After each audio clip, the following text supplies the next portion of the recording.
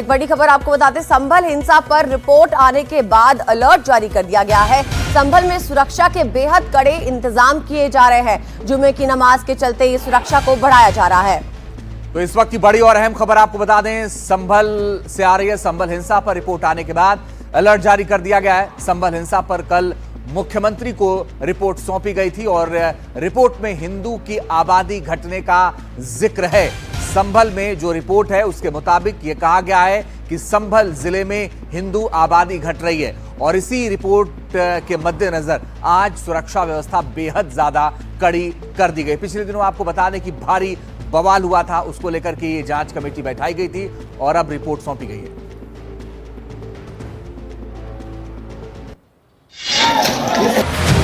पिछले साल 24 नवंबर को संभल की शाही जामा मस्जिद में कोर्ट के आदेश पर एएसआई के सर्वे का मुद्दा तूल पकड़ गया। हिंसा की जांच के लिए यूपी सरकार ने हाई कोर्ट के पूर्व जज जस्टिस डी.के. अरोड़ा की अध्यक्षता में 3 सदस्यों का एक न्यायिक आयोग बनाया। जो जांच हमको सौंपी गई थी कमीशन को, उन बिंदुओं पे माननीय मुख्यमंत्री जी को आज सुबह 10 बजे कमीशन ने रिपोर्ट सौंप दी है।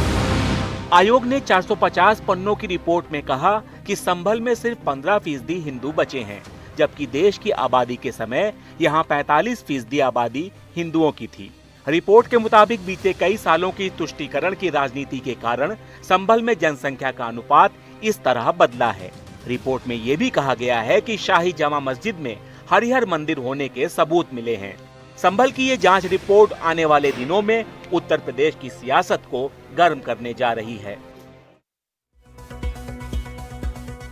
और इस बीच इससे जुड़ी एक और बड़ी खबर आपको बताते हैं। जो रिपोर्ट सौंपी गई उसको लेकर के कांग्रेस का बयान सामने आया है और एनडीटीवी से बात करते हुए कांग्रेस के यूपी प्रदेश अध्यक्ष ने बयान दिया। उन्होंने कहा कि रोजगार और कारखानों की बात सरकार नहीं करती है, इस तरह की रिपोर्ट ला करके बात होती है और इसको लेकर के उन्होंने निशाना साधा है प्रदेश सरकार पर। संभल रिपोर्ट को लेकर कांग्रेस का बड़ा बयान सामने आया है। एनडीटीवी से बोले कांग्रेस नेता अजय राय, रोजगार और कारखानों की बात नहीं करती सरकार, यह हमेशा हिंदू मुस्लिम के बीच लड़ाई कराते हैं। आइए सुनते हैं पूरी बात क्या है।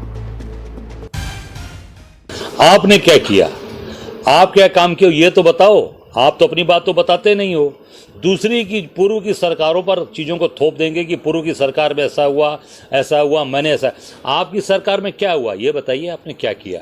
सिवाय दंगा कराना, सिवाय हिंदू और मुसलमान में लड़ाना, इसके अलावा कौन सा काम किया? कितने रोजगार लगे संभल में, कितने कल कारखाने लगे संभल में, कितने लोगों को रोजगार दिया? केवल और केवल सरकार की जो मंशा है कि हिंदू और मुसलमान में तनाव हो, हमारी दुकानदारी चलती रहे, ये दुकान चला रहे हैं। तो बड़ी और अहम बात यह है कि अदिति जो 1947 से 2019 तक 15 दंगे हुए और उसमें जो संभल हिंसा जो हुई थी उसको लेकर के रिपोर्ट सौंपी गई है और कहा गया है कि 1947 से 2019 तक 15 दंगे हुए। संभल में पठान और तुर्क में संघर्ष हुए। 10 बड़े खुलासे क्या वो बता रहे हैं आपको। संभल हिंसा पर रिपोर्ट में 10 बड़े खुलासे कौन से हैं उस पर हम आपको जानकारी दे रहे हैं। संभल में पठान और तुर्क में संघर्ष हुआ था, इसको लेकर बताया जा रहा है 1947 से हर दंगे में हिंदू मारे गए। उस रिपोर्ट में ये भी एक अहम बात कही गई है और कहा गया है कि आजादी के बाद संभल में लगभग 15 दंगे हुए हैं। और सीधे ग्राउंड जीरो का रुख कर रहे हैं मुकेश, हमारे सहयोगी ज्यादा जानकारी के लिए जुड़ गए हैं। मुकेश, तमाम बातें इस रिपोर्ट में कही गई हैं, मुख्य तौर पर क्या संभल के लोग इस बात से सहमत हैं जो रिपोर्ट में जिन चीजों का जिक्र किया गया है? देखिए, बिल्कुल संभल के तमाम लोग इस बात से पूरी तरह सहमत हैं। हमने इसके पहले भी जब हम संभल आए थे तो हमने बहुत सारे लोगों से बात की थी और जो हाल में दंगा हुआ था 24 नवंबर 2024 को, जहां पर मैं खड़ा हूं, ये शाही मस्जिद है संभल की, जिसको यहाँ के लोग हरिहर मंदिर कहते हैं, जो हिंदू समाज के लोग हैं। तो यहीं पर दंगा हुआ था और 5 लोग यहाँ मारे गए थे, बड़ी संख्या में लोग यहाँ पर घायल हुए थे, कई पुलिसकर्मी भी घायल हुए थे। तो हमने जब लोगों से बात की तो उन्होंने ये कहा कि आज से करीब 46 साल पहले यहाँ पर करीब 45% हिंदू थे, लेकिन लगातार जिस तरह से दंगे हुए, हिंदू यहाँ से पलायन करते गए। ये शाही मस्जिद है और आज यहाँ पर जुमे की नमाज होने वाली है।